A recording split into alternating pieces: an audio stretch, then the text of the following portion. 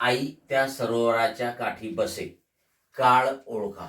वाक्यातील काळ आपल्याला ओळखायचा आहे.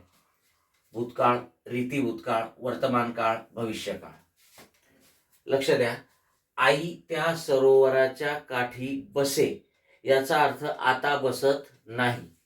बरोबर आहे. म्हणजे भूतकाळात ही क्रिया नियमित घडत होती आणि एखादी क्रिया एखाद्या काळात नियमित घडत असेल किंवा घडत होती, घडत आहे असा बोध होत असेल तर तो रीती काळ असतो. मग काठी बसे म्हणजे भूतकाळी वाक्य आहे आणि बसे म्हणजे पूर्वी बसत होती, आता बसत नाही. म्हणजेच आपला काळ जो असेल वाक्याचा तो असणार आहे रीती भूतकाळ.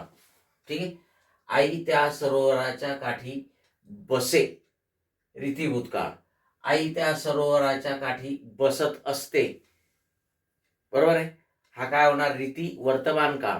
आणि आई त्या सरोवराच्या काठी बसत जाईल हा रीती भविष्यकाळ. बरोबर आहे. मग आपला या वाक्याचा जो काळ आहे तो आहे रीती भूतकाळ. ओके. यस.